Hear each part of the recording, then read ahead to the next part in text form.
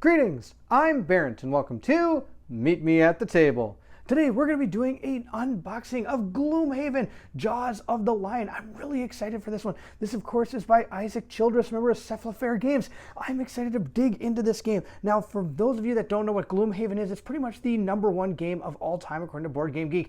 And this is supposed to be kind of more of a smaller version of it, but I'm excited to see what's in here. Now I've played a lot of Gloomhaven in the past, but I have a few friends that haven't, and every time I bring it to the table they just don't want to play it because there's so much going on. And I've heard that this is supposed to be a great way of introducing people to Gloomhaven. And then once they get through this, maybe they'll actually take on the whole adventure, which will last you a good 1 or 2 years, of course, because then Frosthaven comes out, which is probably another good 1 or 2 years.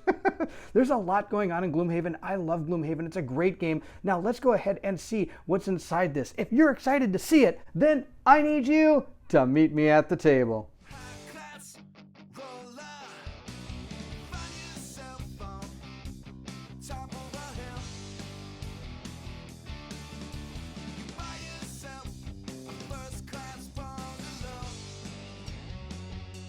So I've gone ahead and taken the shrink wrap off. Let's see what is in Gloomhaven, Jaws of the Lion.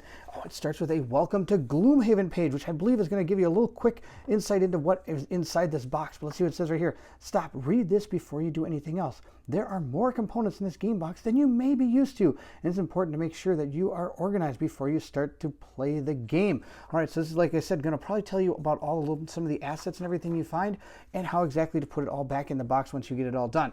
For those of you that don't know much about Gloomhaven, there was a huge bunch of inserts created for it because there really wasn't a lot of direction as to how to keep this game together. Now it does look like there's a learn to play guide, which is fantastic. Like I said, I've got some people that haven't really played Gloomhaven because they're very intimidated by it. Hopefully this will help forget about their problems and make them get through the game. It says this game is fully cooperative with players working together to navigate their way through a campaign of scenarios. Very similar to the way Gloomhaven is. It's all scenario based. It's really cool. So if we look in here, it starts with page 1, scenario Rule 1. Okay, so it does actually start you right off with scenario 1, and it shows you how to put some stickers on the board, what you're probably going to get with your character, and how to use your character in the first rounds of the game, it looks like. But I'm not going to go too much farther into this. This is a great learn to play guide, and it's pretty big for a learn to play guide. Wow, how many pages is it?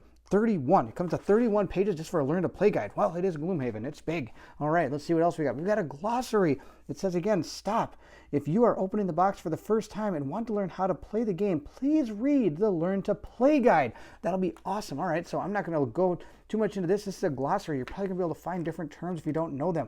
For example, if you don't know range, there's your rules on range.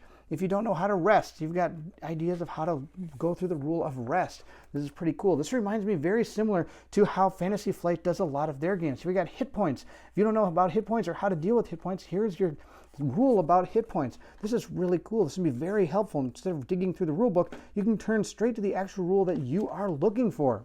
Now next, it looks like we've got the supplemental scenario book and the actual scenario book. All right, these are awesome. Now I'm probably not going to dig too much into these because I really want to leave these for you to discover yourself. Now there's some great videos out there already about how to play the game and what you're going to find inside this box and Gloomhaven in general. For example, Rodney Smith over at Watch It Played is doing a series right now on how to play the game and what you need in order to do it. So I'm not going to go through a lot of this. I just know it looks like this is going to be a lot of your backstory for it. And here down here it says rewards, new location, roadside ambush. That's about as far as I'm going to go when it comes to spoiling things. In case people don't want to be spoiled at all, I'd want to make sure this video is completely spoiler free. So that's about as spoilery as you're going to get, which really isn't too spoilery because you pick it up and there it is. So we got the scenario book and the supplement scenario book. Now from what I understand, the way this works is this is actually your game board as well. You're not going to find any tiles in here like you do in Gloomhaven. And sometimes if there's too big of a map to be able to put on 2 pages of a book, they actually can use this other book to add even more, some tiles and spaces to move. I shouldn't say tiles, but more map to be able to wander around on. So these 2 books work together to actually create the game of Gloomhaven, Jaws of the Lion. Next, we have our sticker sheet. This is going to be for all your locations. This is very similar to the way Gloomhaven is. Now, I know I keep saying just like Gloomhaven or similar to Gloomhaven, but this game really is Gloomhaven, but it's supposed to be more of a smaller and introductory version of it. So if I keep saying that, I apologize, but that's really what this game is. It's very similar to Gloomhaven because it really is Gloomhaven. So as you go, you're going to be unlocking different places, and you're going to be putting these stickers on to show that that is a place you can go or a place you've already been. Now it looks like we have our punch boards here. And the first thing we have is a lot of our wounds These are our wounds, and these are our gold pieces. Here's some traps. Now, of course, they might be traps. They might be something different sometimes in some of the actual scenarios, but that's our first tile. Next, we've got these. These are all our status ailments that could happen to us or the monsters. We've got some treasure chests, some more traps over here, and it looks like we have our elements. These elements, whether they're on the board or not, will help you do more damage or do other effects with your abilities if these are around for you to be able to take advantage of. Then look, we have all our monsters. Yes, all the monsters are in standee form, which is pretty cool. That way you can have a whole ton of monsters without taking up a lot of the box with miniatures. So there is a give and take when it comes to using standees. I support both ways of doing it. I support miniatures. I support standees. I'm okay with the way it works. Gloomhaven is a standee game, except for, of course, the heroes, and you'll see that. But here's a lot of the different monsters. Of course, some of these might be similar to the actual Gloomhaven game, and some are brand new. Like, I recognize this guy down here. Now, he might function differently in this game, but I don't think I've ever seen this one before. That one looks new. And of course, these must be more bosses that you're going to find as you play through the game. Let's see here. We've also got this is our board that's going to be putting those tokens on that are going to cause more damage. This is where our elements go, and they're going to be strong, waning, or inert. And here's again some more punch boards with some monsters. We've got even more monsters here. Wow, look at all these monsters. All right, we're going to keep on going. And we've got a new token. I'm not exactly sure what that token is. We'll have to experience that.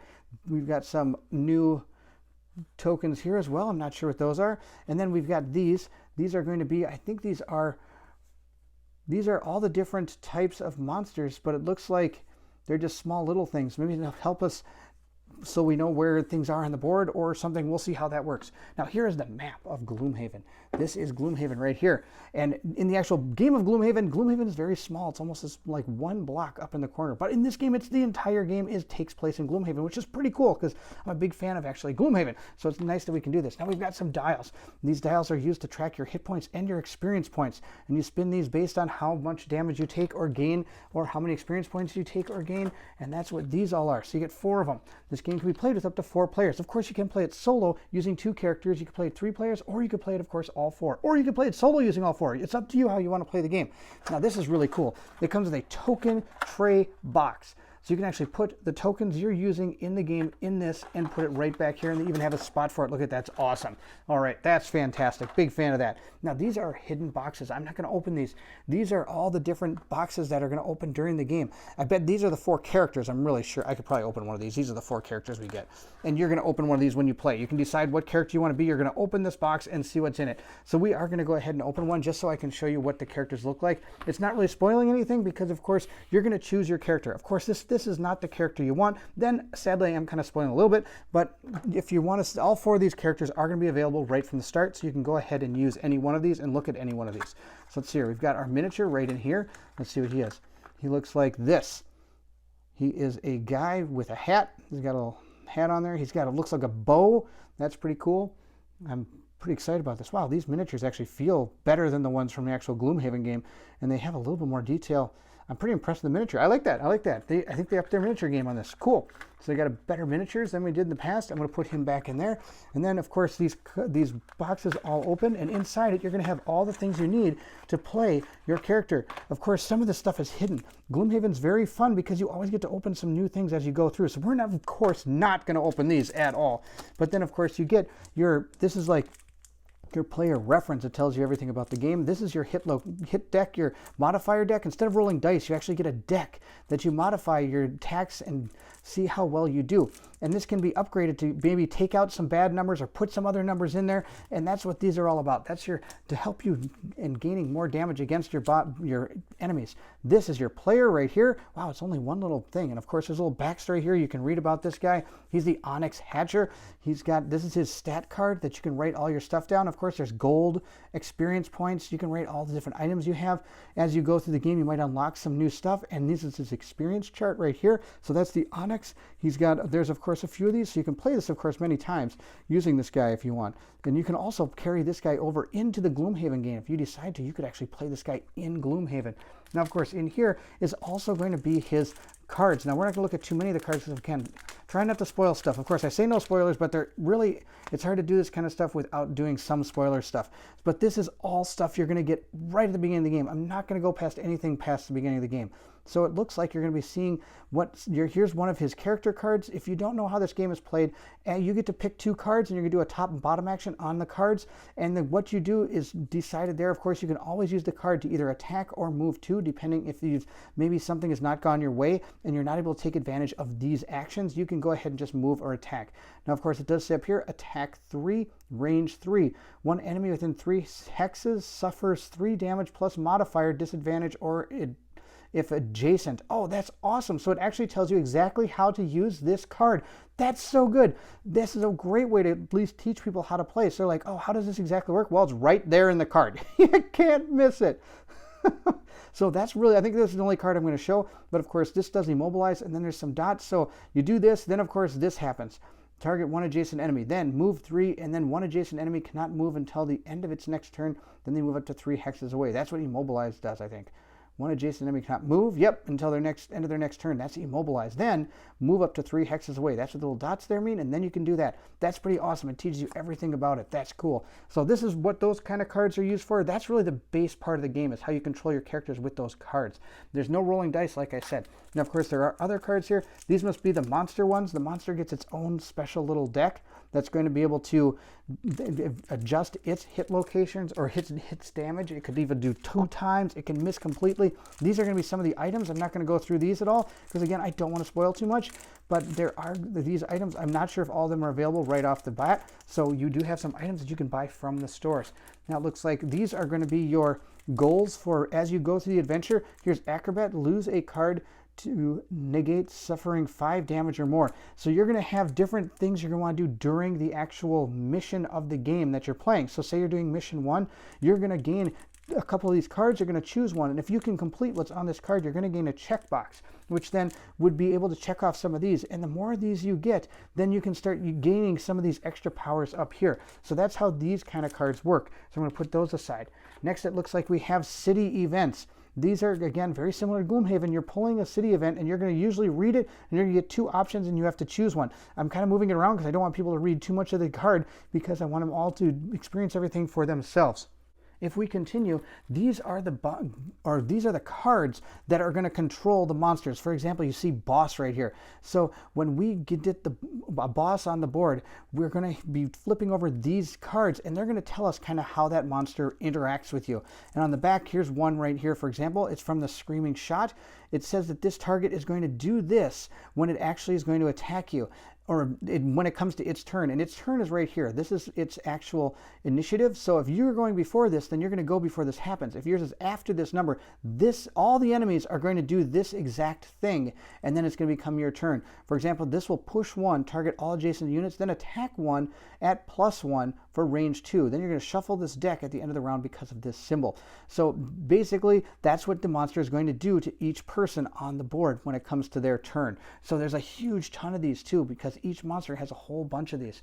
Next, we've got a bunch of bags that we can use to put stuff in. That's really awesome.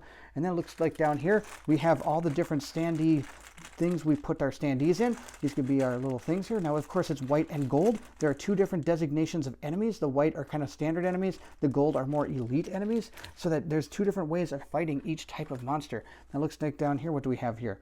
Monster attack modifiers unavailable. Oh, these are going to be inserts. Okay, these are like things you can put down to separate your cards. That's awesome. I'm really glad that these come with this. I'm always a fan of having those kind of things. Now, these right here, these are going to be our enemies. For example, here is one of our enemies, and on this card, it's going to show some neat things. Here, let's go to this one. This one's a better one. Giant Viper. So our giant viper, we can fight at all different kind of levels based on how powerful we are. So the monsters can scale with you. So for example, if we're fighting a level 4 giant viper, it's going to have 6 health, it's going to move 3, and it's going to do 2 damage, and it's going to poison us if it attacks us. Of course, that's the regular one. If we fight the elite giant viper, it's got 11 health, 3 movement, and 3 damage. So of course, you want to take these guys out so they don't poison you. That'd be pretty bad. But you're going to put those inside these sleeves, and then these sleeves will have just the one you're fighting up in front of you so you can look at it and see what it's actually doing.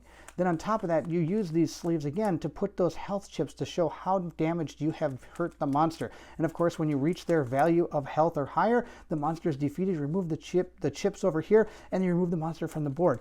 Now, you don't actually gain experience from killing monsters. You actually gain experience from using some of your cards, which is a really cool concept. So it's not like somebody's racing to go kill something so that they can actually get the experience points for it. No, it's how you actually control your character in the game and how he's able to use his abilities. So here's a couple more of these sleeves. It looks like it comes with 4. So at any one time, I guess the most monsters you can probably have on the board is 4, which is pretty sweet. Now, that's, I think, all that's in here. That is everything inside. What is it? Jaws of the Lion, Gloomhaven. I am really, really excited to get this to the table, hopefully with a bunch of new people, so I can show them how awesome Gloomhaven is. I really want them to see how this game plays, so once they're done with this, we could move into Gloomhaven itself.